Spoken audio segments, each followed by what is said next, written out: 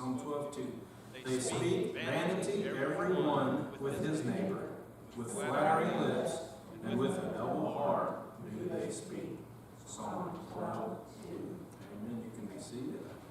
And we'll go next to the next page. Faith is the victory, 625. 625. Faith is the victory.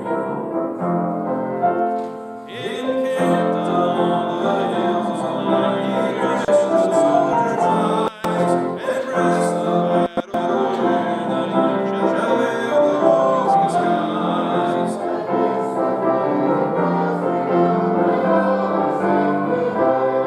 Faith is the victory,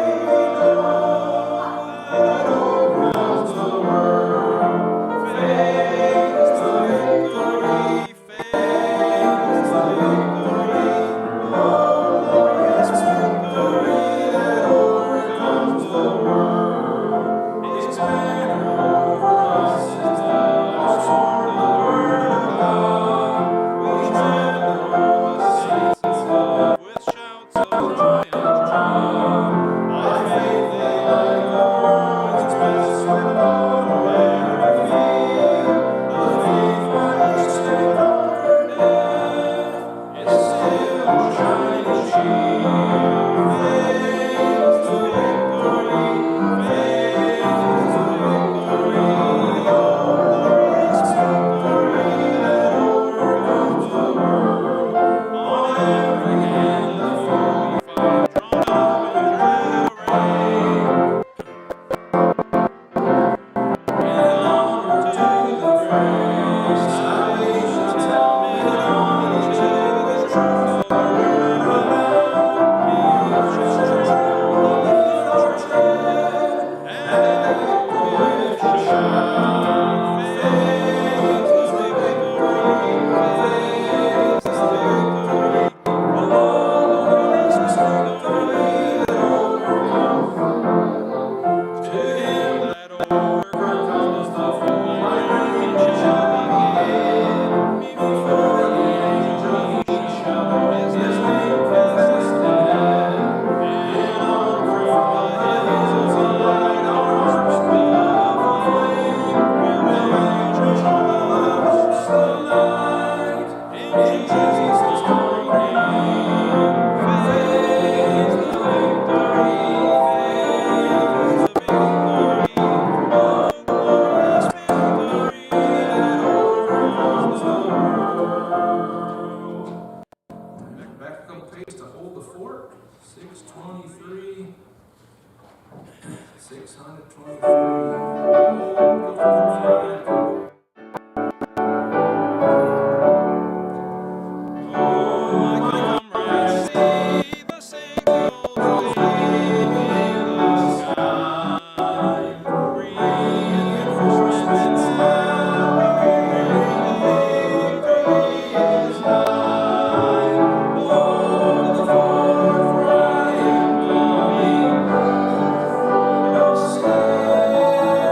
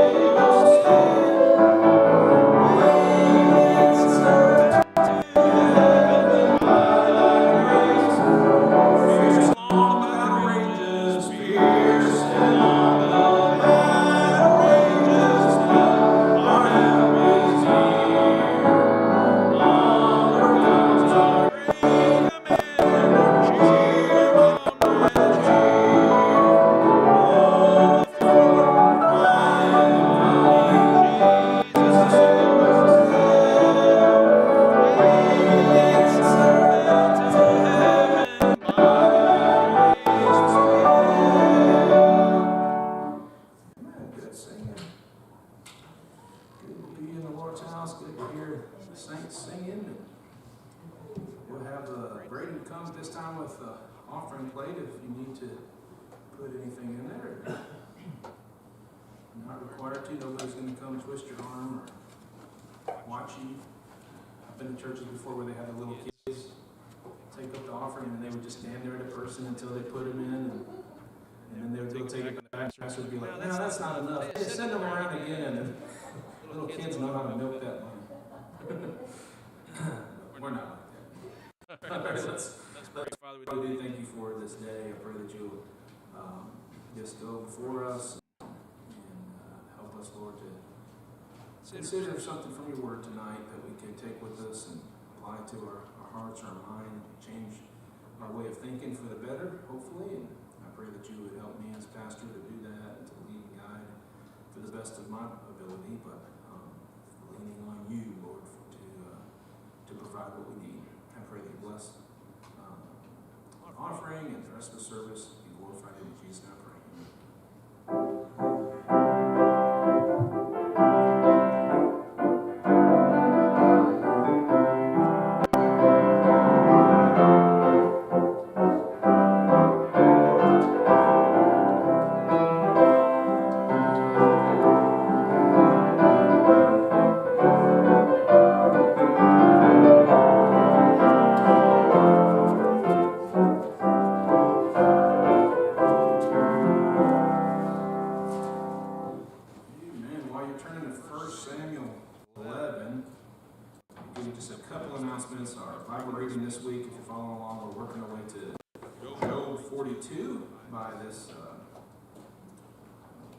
This weekend, Saturday, and of course we have Father's Day coming up, and men's camp right after that. It's this next week, so we're praying for that.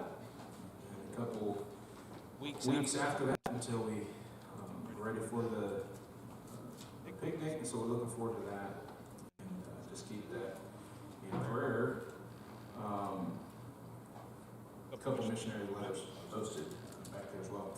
Now about the Father's Day, I've been talking on Wednesday nights about, be praying. I want to have clear direction on some things by the picnic. Have the guys, families from Kansas City come down, and so everybody will be here who's a member of the church in both locations. Not everybody will be here, but hopefully have a good representation anyway. And I kind of went through I don't know what you call it, like extremes. That's kind of how my brain does a lot of times. And it's maybe what people need to know about me whenever I start making decisions or whatever. Like, I think of it like when you tune in a guitar. Right? Sometimes it's really hard to hear. Like you tune one string to the next one, and it's hard to hear like where, like how far off it is. You can just tell something's not right, and so you kind of have to look at both extremes to find that good middle ground. You do it real low, and you're like, well, that's way off, and then you just keep tuning in. I always think that another thing I think about, and I've probably used this illustration before, but posture. Like I don't have great posture.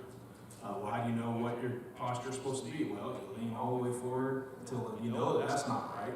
You lean all the way backward, you know that's not right. Well, good posture somewhere in the middle. It's like sometimes to find that good balance, to have that, you have to look at both extremes. And I think it's something what I was going through. I hope that I don't feel like I certainly wasn't intending to like scare anybody or whatever. I hope I wasn't like too extreme, just talking about it. But the point was, I need direction. I need to make a decision. I want to make that decision by the upcoming picnic on just kind of some future things. I've been talking about it for years. Gonna have to do something. Gonna have to do something.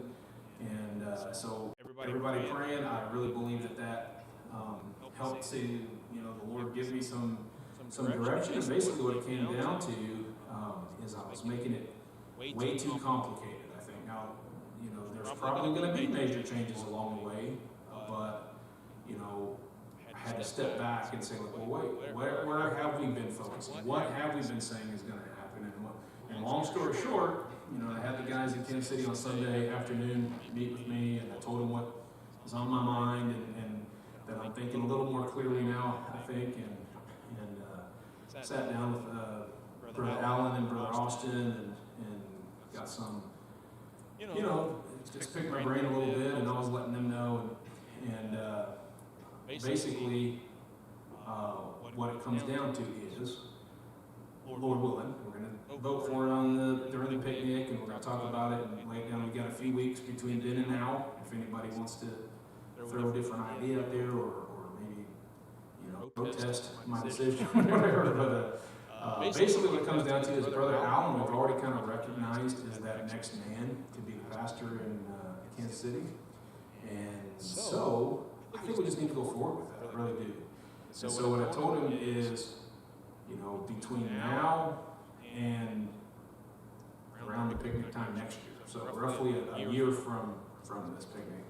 I don't know how that's become. I guess because the Kansas City group's down here, it's a little easier to make it a big meeting or whatever. But between that time and next year, what I'm going to submit, be praying about it again, and we'll talk about it more, but is that between now and then, he will officially be the pastor of Kansas City Mission, whatever we name it, and we're going to organize that, and it's going to be self-sufficient and autonomous, and we're just going to trust the Lord and trust that he's, that Brother Allen will be ready by then. And the idea is, and he's already doing a great job as far as leadership and all that kind of stuff, and I'm not worried at all about that, but I want to make sure he's ready, and it's not all just kind of thrown on him. So, a year, on one hand, sounds like a long time, on another hand, it sounds like just tomorrow, and so my goal is to have a smooth transition.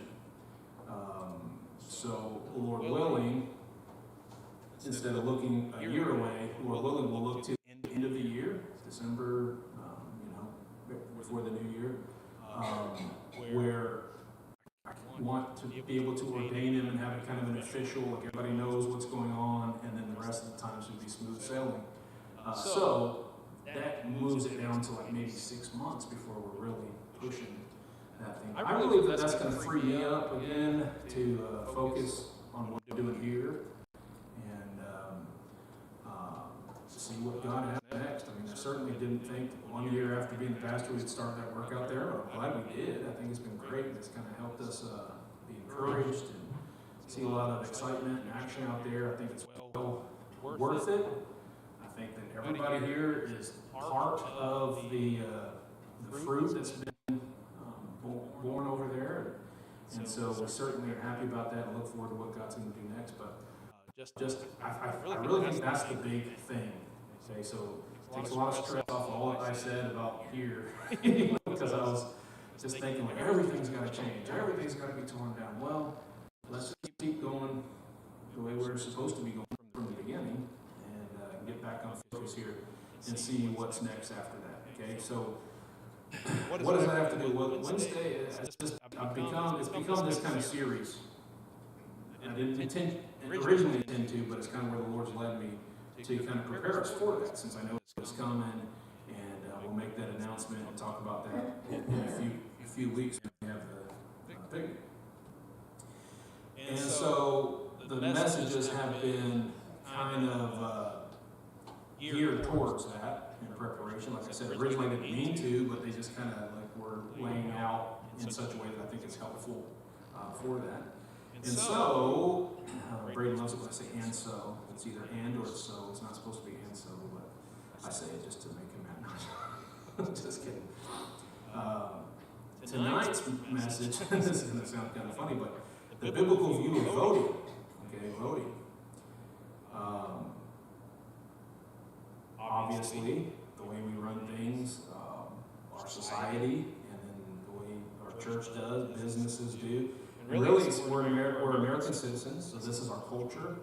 If we were in another part of the world, the way that their government runs things would probably be similar to how their businesses run things and how their churches probably even run things. The culture kind of like impacts us and makes us, pretty partial to that way of thinking. And so it shouldn't be surprising that when I start talking about voting, my mind's automatically going to go to politics, voting for presidency, but really that carries into voting for boss, voting for pastor, voting for different things of that nature. So a lot of it will overlap. overlap a little bit. But I want to think about I that. had certain things in my mind of where I thought the message was going to go, and I'm not even in the message, so it's a little bit different.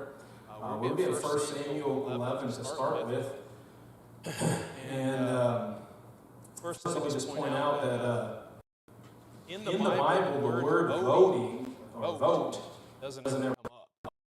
I don't know if it wasn't a word, if maybe it wasn't a word that was used back then, or what. But we do have the concept there. It usually has to do with the word choose. Okay, choose you, choose ye. And that would be make us think about voting. If somebody in authority says, hey, you choose, that's kind of the idea of voting. So I looked into different passages and kind of looked through these ideas of when that happens. Acts chapter 1, you don't have to turn there. But this is when, Judas is now gone, and so the apostles, well, Peter particularly, stands up and says, well, you know what, there's supposed to be 12, and so we've got to vote on another apostle. So let's look at all the men who've been with us since the beginning, and they knew Jesus and all that, and he's like, let's choose who's going to be the next one. And they came up with two options, and then how did they determine which option was the right one? They take a vote. There was a sense in which there was a voting, I think, on those men. Like everybody was in agreement. Yeah, this guy's qualified. This is a good guy. This is a good guy. He's been with us since the beginning. There were some qualifications. How did they ultimately vote? Casting lots. Aren't you glad we do that? Who's going to be the next president? Here's your option. Biden or Trump? Well, let's forget it. I don't think Biden's going to be able to be Kamala Harris. Who knows what will happen between now and then? That is the potential that's being set up there, right? So how are we going to decide who gets it? How about we cast lots? Anybody up for that? Might as well. Like on one hand, I'm just kind of like, might as well. What's the difference? but that was something that we see in the Bible. Another example is Acts 6, where they say, the apostles have their hands full, they're doing a lot of spiritual things, and can't take care of some of the labor, waiting on tables, so to speak, and that kind of thing. So they say, let's choose out some men, honest report, filled with the Holy Ghost, and give these qualifications, and then they pick these 7 men, we call them deacons, right? And so it's hard to tell exactly who all was part of choosing who these men were. But he says, choose you out that we may appoint. And so I would assume then who made the final decision there were the apostles. Right? Everybody didn't necessarily take a final vote. This vote to determine who the next or who these men will be. They made suggestions. They met the qualifications, and they said, okay, we will appoint these men. And I just kind of look at that as a couple of different examples. I look at 1 Samuel chapter 11.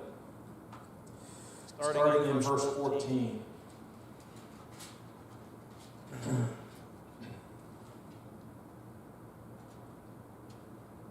guess I won't make you stand. And Samuel said unto all Israel, behold, I have hearkened unto your voice in all that ye said unto me, and have made a king over you.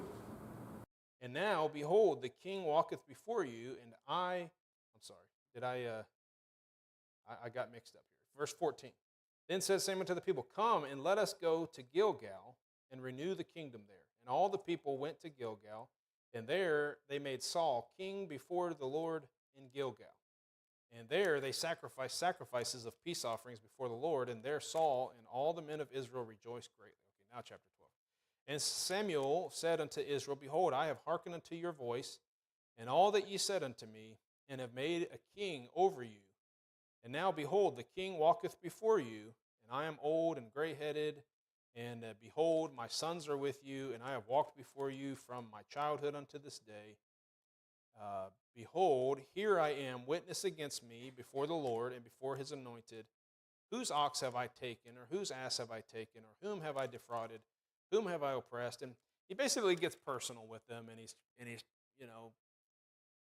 asking them some questions about himself, and just kind of confirming that he's done right while he was there. their prophet. Now look at chapter 12, verse 13. Now therefore, behold, the king whom ye have chosen, and whom ye have desired, and behold, the Lord hath set a king over you. Now here's the question I want to ask. Should have asked it first so you could be thinking about what you're reading. Who chose this king? Because if you read that in verse 13, it's, in chapter 11, let's see, verse 14, 15, he says, I don't remember where it was. Okay, chapter 11, verse, what was the original text here? 14. It says there, and all the people went to Gilgal, and there they made Saul king before the Lord. So verse 15, you got the people making him king. Samuel says here in chapter 12, verse 1, and all that ye said unto me, and he says, I have hearkened unto the voice and all that you said unto me, and have made a king over you. So it looks like Samuel, is the one who chose the king. And if you read the context throughout, it's the Lord who chose Saul to be the king. And it's the people who demanded of God, we want a king. And ultimately God says, okay, I'm going to give you a king. He chooses Saul, he has Samuel anoint them, and then Saul says, here's the king that you chose. Okay, so it's kind of interesting to say that, because like the people weren't really voting on Saul. They were voting that they have a king. They wanted a king. Samuel, on behalf of God, says, okay, God says you'll get a king. You're not going to like it in the end, but he'll give you a king. And so that's ultimately how that happened. Now, Saul, by the way, we talk about following the king's lineage to Christ through the kings. Saul's not part of that. Okay, David comes into the scene, and he ends up being elected king, and then it's through his line.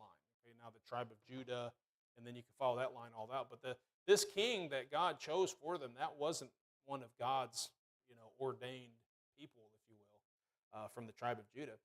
He just gave them this man Saul, who was head and shoulders above everybody else. That's not a reference to Brother Allen, although he is head and shoulders above everybody. But Saul was this man who he ends up being led by the Lord to win battles and to do all these kinds of things. But ultimately, you have to say God is the one who chose who that king was going to be, and then they just went through the motions, I guess you could say, in making that happen. Now, typically, here is what happens. The one who is in charge gets to make the choices, okay? Exodus 18, let's go ahead and go there. Exodus 18, verse 19.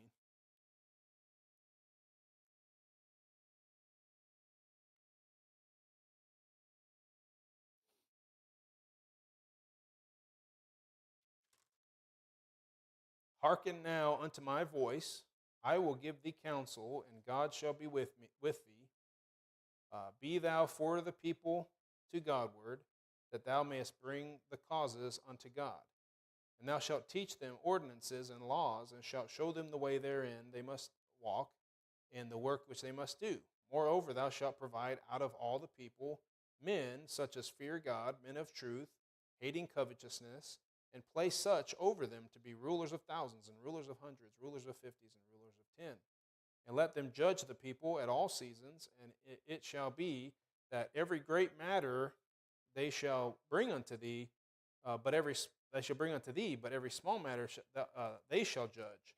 So shall it be easier for thyself, and they shall bear the burden with thee. Now this is Jethro, Moses' father-in-law, saying, I got an idea for you. And then he's basically saying, obviously if this is what God wants, you're the one that's in charge, you're the one that speaks to God, but here's an idea. Why don't you choose these men to appoint to be judges? And so ultimately Moses, who's in charge of the people, even though he's being, this is being recommended by his father-in-law, Moses is the one who ultimately makes this decision. Look at Titus. When the Apostle Paul is starting churches, he sends Titus and also Timothy and other places, and I'm sure he had plenty of others, And Titus chapter 1, verse 5, he says, "For this cause left I thee in Crete, that thou shouldest set in order the things that are wanting, and ordain elders in every city as I had appointed thee."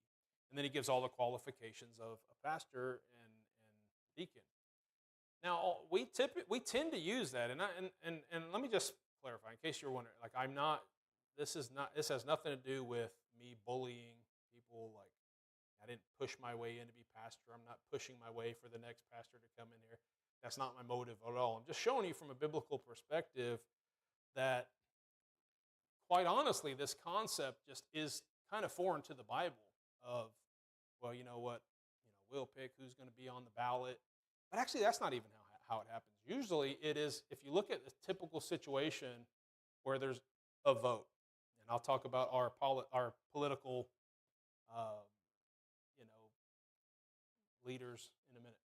But in a church, it's the same thing. Usually, the previous pastor has already kind of, it may be different in some churches, but usually a previous pastor kind of helps set up, like, here's the guy that I recommend, or maybe a couple options or whatever, and then the church makes a vote on it. But it's like, hey, we didn't put that person. That wasn't our choice. Like, that was the pastor's choice, and then we had to vote on it. That's kind of how it happens. And isn't that kind of how it happens in our government as well? Like, how did those guys get there? Like, we didn't appoint those. Like, how come we only have these choices? You know what I'm saying? And so the person who is in charge at the current time is usually the one who's going to make some choices, and this seems to be the case in throughout the Bible. Anytime that people are appointed to some kind of a leadership position. Now, a good leader will probably lean on the opinion of other qualified people for the things that he doesn't know anything about. Wouldn't that be silly not to? I think that, and then just start putting all this stuff out there when you don't know what you're talking about. So a good leader is going to do, and again, Moses is a good example of this. He was sending Joshua out into the battle, and so he said, "Joshua, I want you to pick some men that are going to go fight with you." And so Joshua picks those men. Like, that makes sense. When Paul told Titus, like, "Hey, you're going in there on the ground. You're first. You're the witnesses there. You're like, I'm not there to testify, so I'm giving you the charge. You choose from this list of qualifications who you think should be pastors over these churches." And so it's pretty common. Like, as you read through all these examples, this is the case. Now, that person who's in charge might even offer the people a choice to make sure they're on board. Like, hey, what do you think? Is this what you want? Like, obviously, a good leader will want to hear and to consider the thoughts and the concerns of the people. It'd be crazy not to. But here's the thing: what if the people that the leader is leading, what if they want to choose something that's bad for them? Now, that was the case with choosing a king. God was, and I'm going to get back to this, of course, but God was the one who was ruling over them, and they said, "No, we want a king to tell us what to do." And then he ended up giving them a king, and then that king had to listen to the prophet to hear what God wanted, because ultimately God was still the one who was going to make those decisions. But they, they wanted something that was bad for them, and God, tried to work it out. So what do you do? Like, if and I remember seeing this in school. You guys have class president. That's something that everybody's done, right? You had class presidents, right? And what if everybody just decided we're going to pick the most rebellious, the most, like, the anarchy, like, hates hates our school, hates people, hates all this, and we're going to choose him to be our class president. Like, it could happen, right? And so then what do you do? I guess just trust the system, right? Just trust the. So my point is, sometimes the leader has to, take it upon himself to convince the people, hey, this is what you need. Look at Jeremiah chapter 10. I haven't even got into the main points of the message, but they'll go quickly. Jeremiah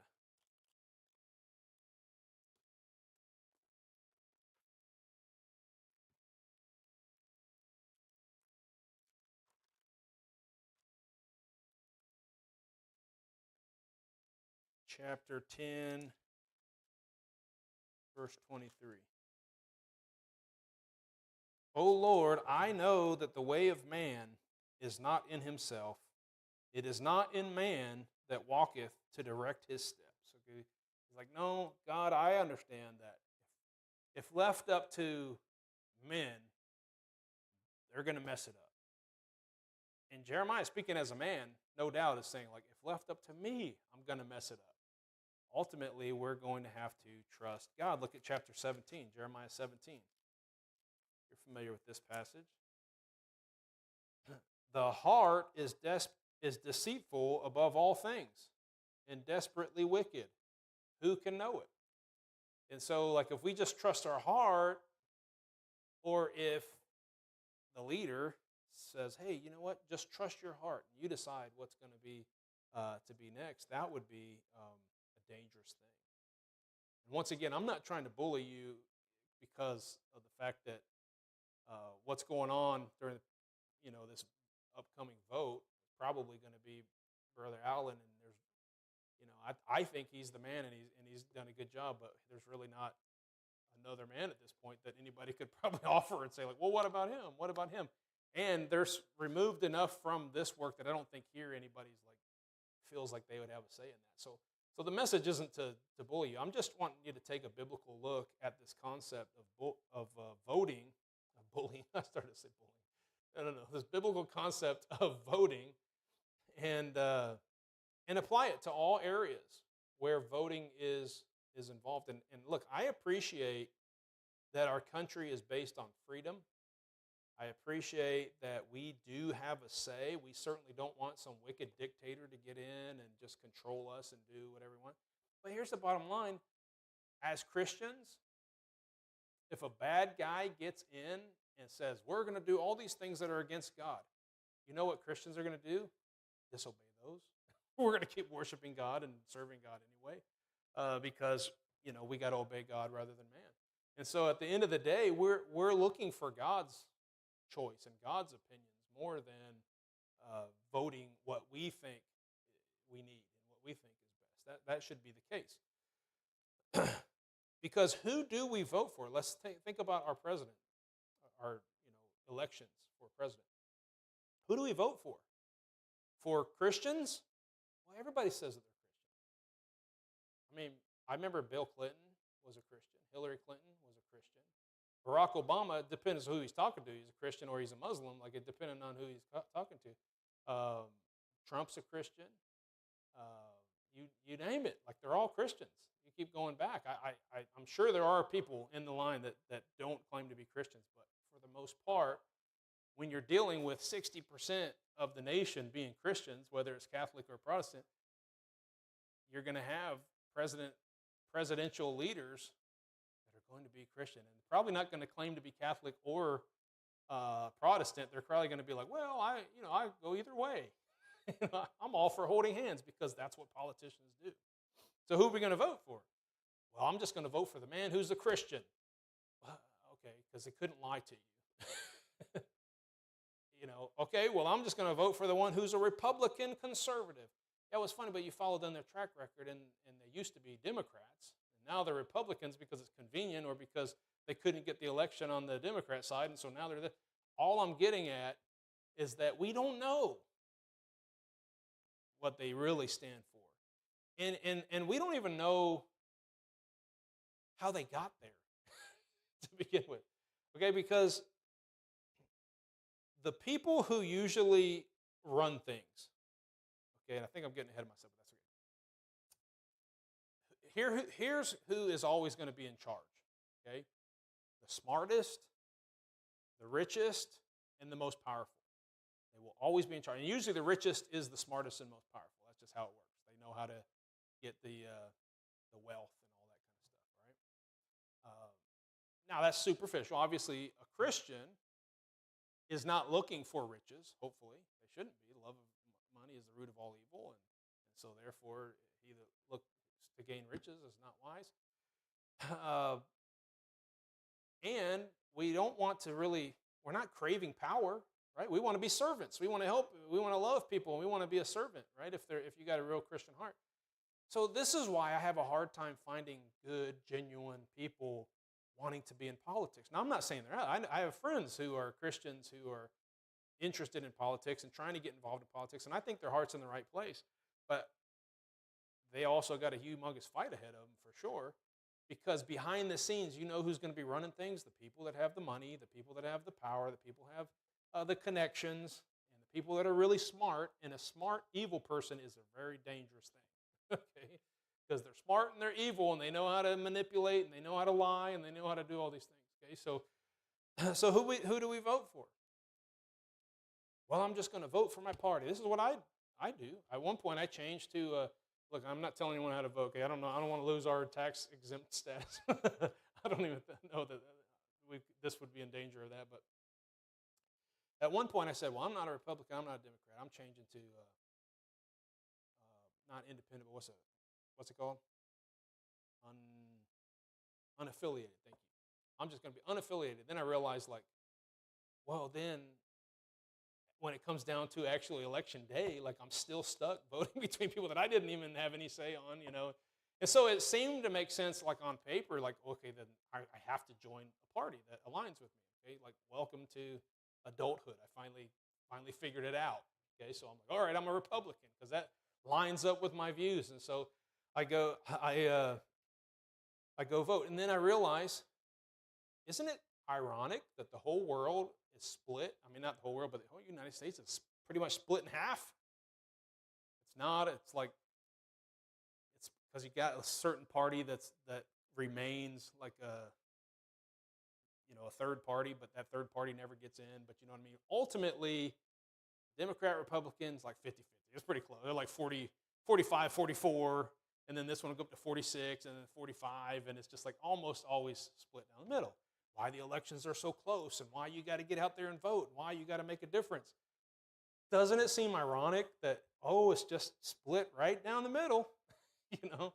Which either tells you, like, are we really that divided as a nation where, like, there's 50% of people that want to vote this way and the other 50% want to vote this way? And I suppose that could be true. Depending on where you live, like, it doesn't make sense sometimes. Like, everyone, 90% who I talk to think this is the case. But at the end of the day, like, it just seems kind of strange the way that the promotions go and the advertisements go and all that. How did these people get there? How did the people that we're voting on get there? Well, look, I'm not saying they're the rich and the smart and the powerful, but the rich and the smart and the powerful are behind the scenes, and they put these people up in the forefront of. And sometimes they're just like puppets, or they just have there's some reason why that was the person. And all I'm saying is that I can't understand. I can't know for sure. And this is why it's so weird to me when people say, like, well, you know what? No matter who you vote for, you just got to get out there and vote. I'm like, do you realize if you are voting Democrat and I'm voting Republican, and you say, like, hey, it doesn't matter who you vote, just get out there and vote, then I just nullified your vote? Right? And that's a weird thing to say. Like, if you want the opposite, then you should be like, hey, don't vote. But everybody's like, no, it's your American right, and you need to go out there and vote because it's the right thing to do. And it's just like, okay, I sometimes feel like we're playing a game now. I appreciate that we're based on freedom. I appreciate we have the freedom to go vote. I'm not against it. I'll probably vote. I'll probably wear the sticker and say I voted, and I'll do all those kinds of things. But does it really matter who is in office? Does that change my relationship with God? It doesn't. It doesn't. And it didn't change any of these guys. In fact, kind of the opposite when it comes to God's people is you get a godly person that's trying to fight against the people who are wanting to get wickedness in there.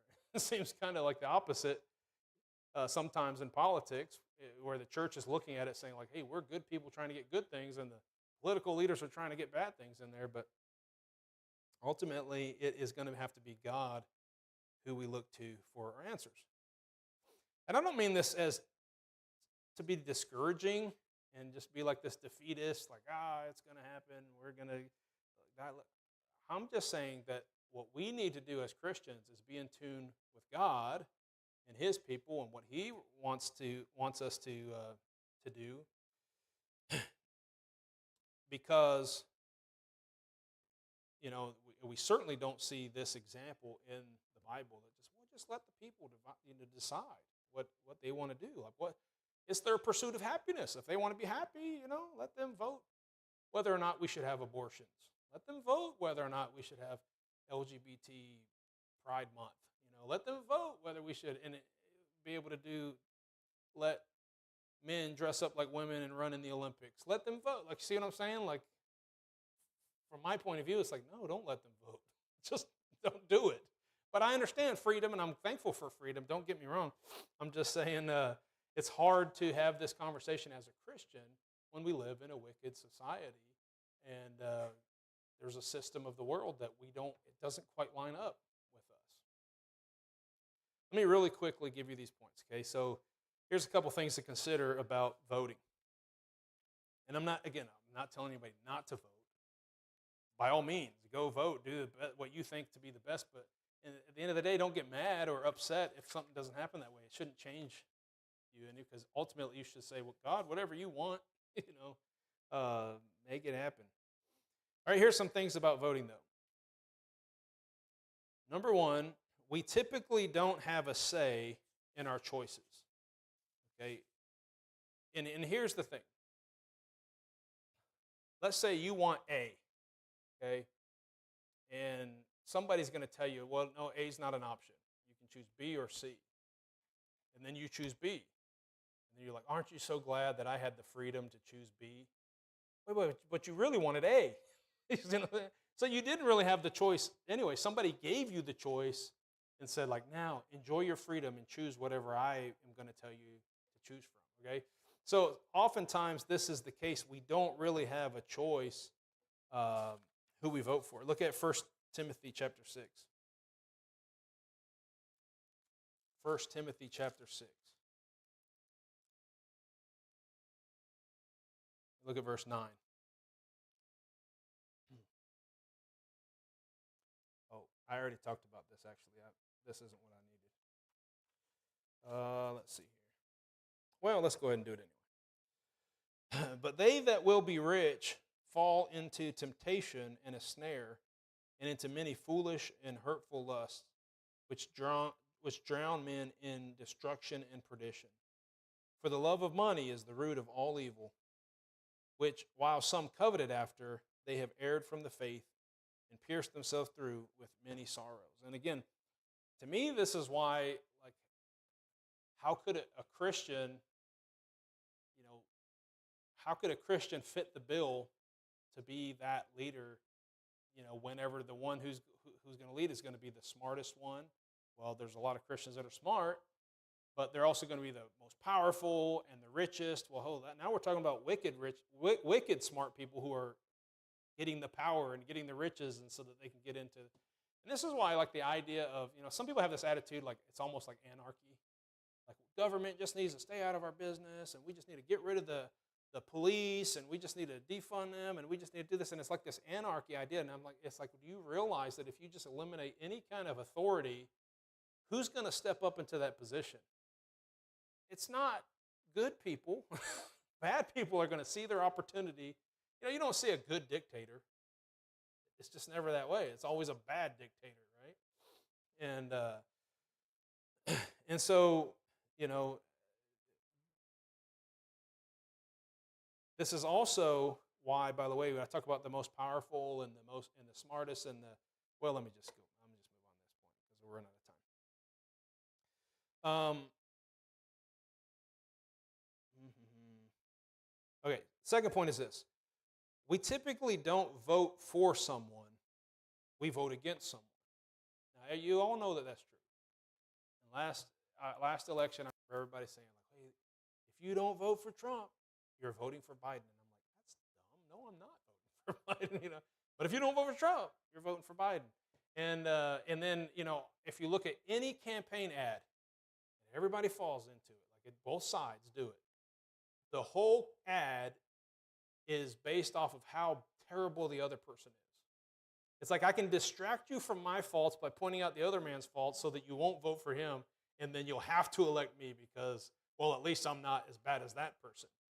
And that's all the ads, and really, that's even the ads for our presidents this election, this upcoming election. It's just like, well, you don't want that guy because he's this, this, this, and this.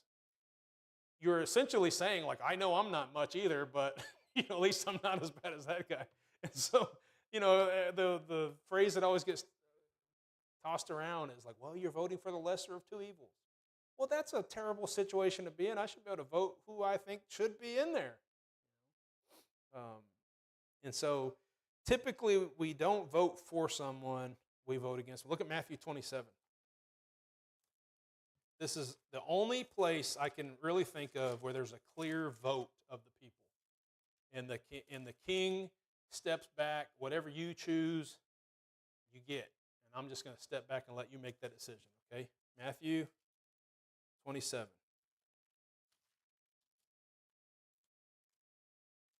Verse 15. Now at that feast, the governor was wont to release unto the people a prisoner, whom they would. And they had then a notable prisoner called Barabbas. Therefore, when they had gathered together, Pilate said unto them, Whom will ye that I release unto you, Barabbas or Jesus, which is called Christ? For he knew that for envy they had delivered him. When he was set down at the judgment seat, his wife sent unto him, saying, Have thou nothing to do with that just man, for I have suffered many things this day in a dream because of him. But the chief priests and the elders persuaded the multitude that they should ask Barabbas and destroy Jesus. The governor answered and said unto them, Whether of the twain will ye that I release unto you? They said, Barabbas. Pilate said unto them, What shall I do with this Jesus, which is called Christ? They all said unto him, Let him be crucified. And the governor said, Why? What evil hath he done? But they cried even the more, saying, Let him be crucified. And when Pilate saw that he could prevail nothing, but that rather a tumult was made, he took water and washed his hands before the multitude, saying, I am innocent of the blood of this just person. See ye to it. Now, I don't think he is innocent of it, okay? I think that he's just as guilty as anybody else. But he's like, which one do you want? I'll even give you, like, surely Barabbas, like he's this notable thief who's also a murderer, according to other cross-references, okay? There's this murderer and this thief and this notorious criminal that everybody wants to see hang, or Jesus. They didn't choose Barabbas, because they liked Barabbas and they just really wanted Barabbas. He's just such a nice guy. Just release him. No, they chose him because they didn't like Jesus. So they weren't voting for Barabbas. They were voting against Jesus, okay? Because this is typically how it works.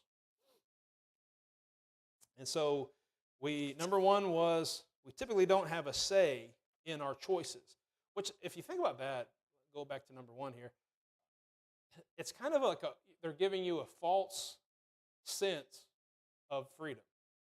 You know what I mean? Like, I'm making you feel like you have freedom, but really it's not freedom because they gave you the choices, and you're stuck with those two choices, even though you don't have you don't want either of them. Okay, and then second point was we typically don't vote for someone, we vote against them. This is even, see this in the Bible, and this is the nature of man. Number three, we typically don't have a clue how something will turn out after we vote. There'll be something, I don't know about you guys, I vote right down here, at the community center, and occasionally there'll be, you got to get out there and vote, you got to get out there and vote. I'm going to just be totally honest with you. Most of the time, I just go off of like people who I trust and I love who are like, no, this is a real serious thing. You need to get there and vote. And I just kind of vote the way that they pressured me to vote because I'm like, I don't really know. At the end of the day, like they make the questions like so complicated. They try to trick it. They try to like word it in such a way that you think you're voting one way and you're actually voting the other way. And then at the end of the day, you voted something in and it's just like, aha, you didn't read the fine print. Like I also added all these other things in there, and it's just like, I don't even know. I mean, I guess I could get smarter and I could study politics and I could just go there and go to every meeting and just forget all the other stuff that I'm supposed to do in life. But the reality is, the majority of people don't have any idea what they're voting for. It's just all campaigns and let me get you to vote this. And so again, I'm not saying don't vote And if you want to educate yourself and get all the information and think, and maybe you are doing good, and at the very least you feel like you're doing something good. I'm not telling you not to do that. I'm just saying, like, when it comes down to it, don't be surprised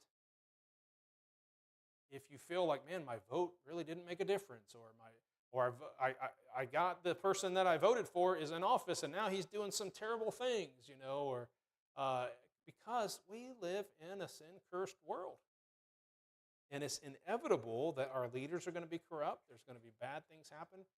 This world is not my home. I'm just passing through. And I know there are a lot of Christians that hate that mentality. They're like, no, we got to do something, and we need to stand up, and we need to be like turning this world upside down. Well, here's how you turn the world upside down. Preach the gospel. How do you change the opinion of the people? Okay, let's say it really is 50% of the country. I'm not going to tell you which conservative or liberal. I'm not going to tell you which side I'm talking about. Is just filthy wicked. Okay, half of our society just filthy wicked, right? And then the other half are these, like, I'm sure they're all good, clean, great people, right? Conservative. Oh, I messed up. I said it. Who are just like, oh no, we're God's people and we're good and we stand up for right and all that stuff. Okay, let's say that's true, which I don't even believe it is. Okay, the conservatives got all kind of junk they want to promote and pass and all that kind of stuff. Okay, most conservatives. I can't say all of them. Why don't we focus as Christians on changing the minds of the other half that's so wicked? Like, just preach against it. Get people saved so they can see the light. Do what we're supposed to be doing as a church. And in fact, Paul makes a really good case that we're not even supposed to go to the world's court system to try somebody who did us wrong. We're supposed to work that out among ourselves as Christian brothers and sisters, almost like we have this little kangaroo court right inside these walls because it's like, I don't even trust the world to make my decisions for me. Like, we're going to make our decisions based on God's word. And so this is what Paul's talking about. The world's corrupt. Why do you go to them for help? Okay, now sometimes obviously you don't have a choice because you don't know what you're doing, and so you just got to trust on somebody. But ultimately, when you do that, and I've preached on this lots of times, who are you really, as a Christian, you get yourself in that situation, throw your hands up, I don't know what else to do, I'm just going to have to trust this person who's supposed to be the expert. Who are you really trusting? You're trusting God because there's nothing else you can do, so you're just praying. Right? So this is my conclusion. Number one, no matter who is elected, no matter what the person who's elected tries to do, we're going to obey God and choose to do right no matter what. So number one, just be praying. Praying that the leaders will, not make any dumb laws that are going to affect you being able to preach the gospel or being able to worship the Lord. We want to live peaceable with all men. Okay, this is paraphrasing scripture here. We want to be able to worship. We want to be able to serve the Lord with our family. We want to be able to do all these things. And so we pray that God will help the government, not pass bad things. And don't be forced to vote just to vote. I mean, if you think that's best and you do that, and you say, hey, I'm picking the best of the two, that's fine. But don't do it because somebody forced you to do it. It doesn't really make sense if you ask me. I mean, it's people like husband and wife. They vote differently, and they both go to the polls to vote. And I'm like, so that's a big zero now. Like, you just canceled each other out. It doesn't make any sense. Okay, there's so many things that are weird about that. But if you really are, hey, I know this is the right guy. I know what he stands for, and it's what we need, and it's biblical. It's not against God. It's not against Scripture. And you feel compelled. I'll be sinning against God if I don't do that. Man, do it. Do it. I'm not going to stop you. I'm not against voting. I love freedom. I love freedom fighters. I'm not against patriotism. I just think that's not the purpose of church, and so I don't make a big deal about it in church. I don't fly flags, and I don't make a whole bunch of political statements because that's not what we're here for. The difference we're going to make on the world is not through our vote, it's through preaching and giving the gospel. Okay, and then here's the last thing, is that you need to be willing to trust your authority. Okay, so there's one authority that you did not get to choose in your life, and that was your parents. You didn't get to choose who your parents were going to be. Like, I can't think of a case where that could be a possibility. Right? And yet God said, obey your parents, honor your mother and father. Like you have to do that because that's your authority. You get out of the house, woohoo! I'm no longer under my parents' authority. Yeah, but now you're working, and you got a boss that you gotta obey. You know, or hopefully you're in church and you got a pastor and the leadership of the church that you need to obey. Maybe you get married, and then women, you've got your husband that you need to obey based on the Bible. Look at Hebrews chapter 13, and then I'm done. Hebrews 13.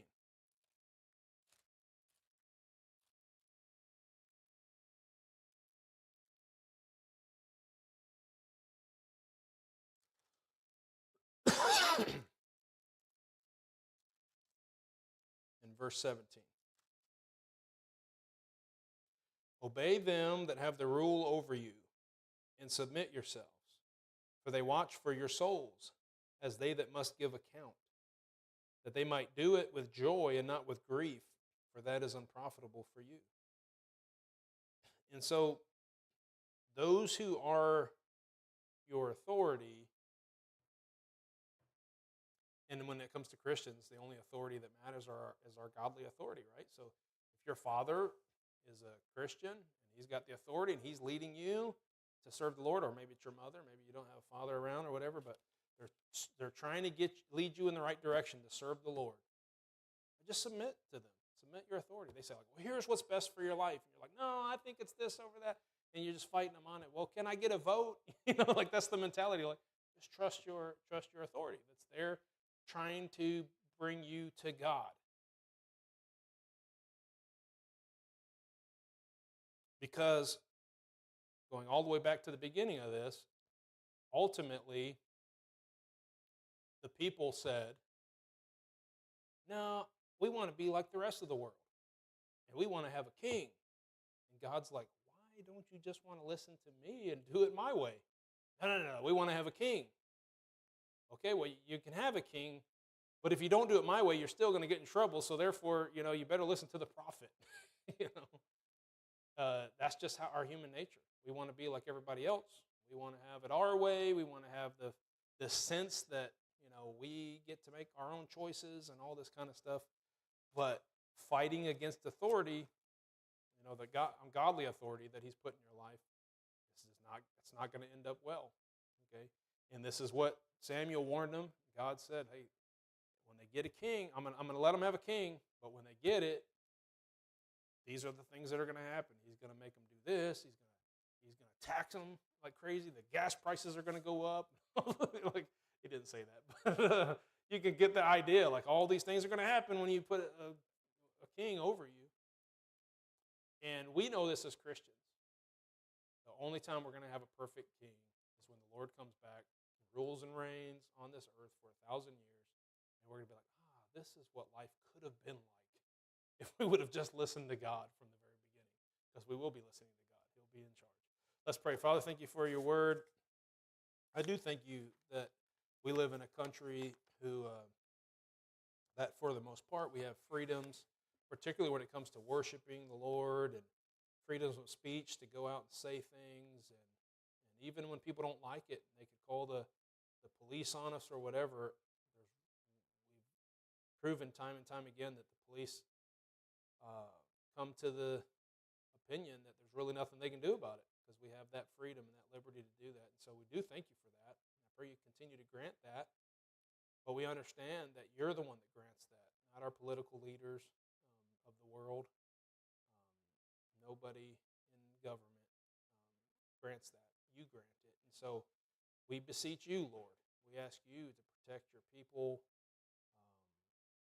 We understand there will be wickedness in the world. The world will fall away. There will be some awful things that happen, but protect your people. Allow us to keep doing the work and freely worshiping and freely preaching and freely enjoying our families and all those things that you've given us as a blessing, Lord. We pray that you give us that regardless of what happens in the world. I pray in Jesus' name. Amen. All right. Hope that was taken right and not like a negative, depressing thing. All right, let's go ahead and sing 342. 342. Blessed be the tie that binds.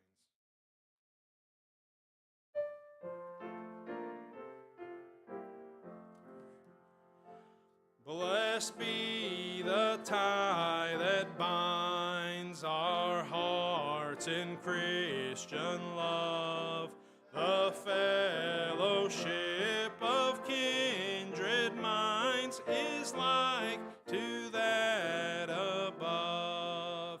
Before our Father's throne, we pour our ardent prayers, our fears, our hopes, our aims, our one, our comforts and our cares. We share our mutual woes, our mutual burdens bear, and often for each other flows the sympathizing tear. Last verse. When we asunder part, it gives us inward pain, but we shall still be joined in heart and hope to meet again. God bless you. Have a good night.